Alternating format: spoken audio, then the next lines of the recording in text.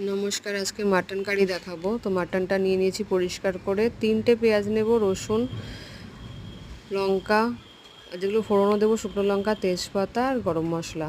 দেখো, ওগুলো অলরেডি কুচিয়ে নিয়েছি। বড় যে টুকরোগুলো সেগুলো কিন্তু পেস্টে দেবো, ছোটোটা দেবো ফোড়নে, তেলের পিঠে দেবো। আচ্ছা, দেখে নাও, কড়াইতে অলরেডি একটা কড়াই বসিয়ে নিয়েছি, তেল দিয়ে সেটাকে গরম করতে দিয়েছি। তার মধ্যে আলুগুলোতে একটু নুন হলুদ মাখিয়ে রেখে দিয়েছিলাম, সেটা ছেড়ে দিলাম। হালকা ভাজা ভাজা হয়ে গেলে, ভালো করে একটু লালচে লালচে যখন ভাজা ভাজা হয়ে যাবে, আলুগুলোকে তুলে রাখবো। এবার তুলে নেওয়ার পরে ওই তেলটাতেই তোমরা যদি মনে করো তেল বাড়াবে তো বাড়িয়ে নিতে পারো। আমার অনেকটা তেল ছিল বলে আমি আর বাড়াইনি। তার মধ্যে শুকনো লঙ্কা, তেজপাতা আর গোটা গরম মশলা এগুলো দিয়ে ভালো করে নাড়িয়ে চাড়িয়ে যখন একটু লালচে লালচে হয়ে যাবে, নাড়িয়ে চাড়িয়ে দিয়ে দেবো পেঁয়াজের কুচিটা, যেটা কেটে রাখা পেঁয়াজের কুচি। আচ্ছা, 3টে পেঁয়াজের মধ্যে আমি 2টো কিন্তু পেস্টটা দিয়েছি আর একটা মতো নিয়েছি কুচিতে। তো তোমরা তোমাদের মতো যদি পেঁয়াজ কুচি বাড়িয়ে নিতে চাও, ফোড়নে দেবে বেশিটা, পেস্টটা দেবে কমটা, তো তোমরা তোমাদের মতো করো।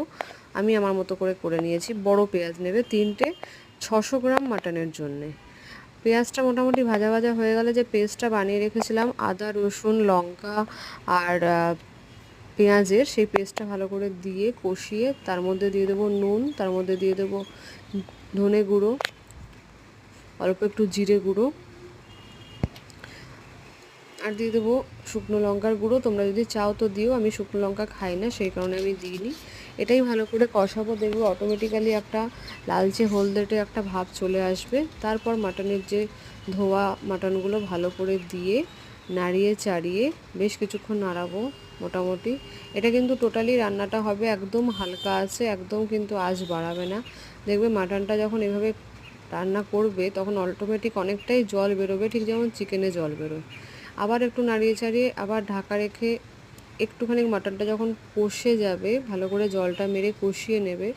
কষিয়ে নেওয়ার পরে কি করবে, এটা হচ্ছে মেন কাজ, এটা একটু তোমরা ভালো করে শুনবে। করবে কি, মাটনের যে পিসগুলো আছে না, সেগুলো প্রেশার কুকারে দেবে, ঠিক আছে? ঝোলটা কিন্তু দেবে না, শুধু পিসগুলো। দেখো, আমি তার জন্য একটা হাতার ব্যবহার করেছি।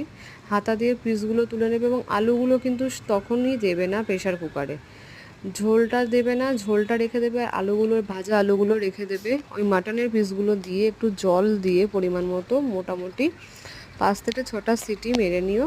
তারপরে দেখবে মাটনটা তখনও পুরোপুরি সিদ্ধ হয়নি। সেকেন্ড টাইম কি করবে, কড়াইয়ের মধ্যে যে মশলাটা, সেই মশলাটা আর তখন আলু যেগুলো ভেজে রেখেছিলাম সেই আলুগুলো দিয়ে, আমি দিয়েছিলাম টোটাল 5টা সিটি।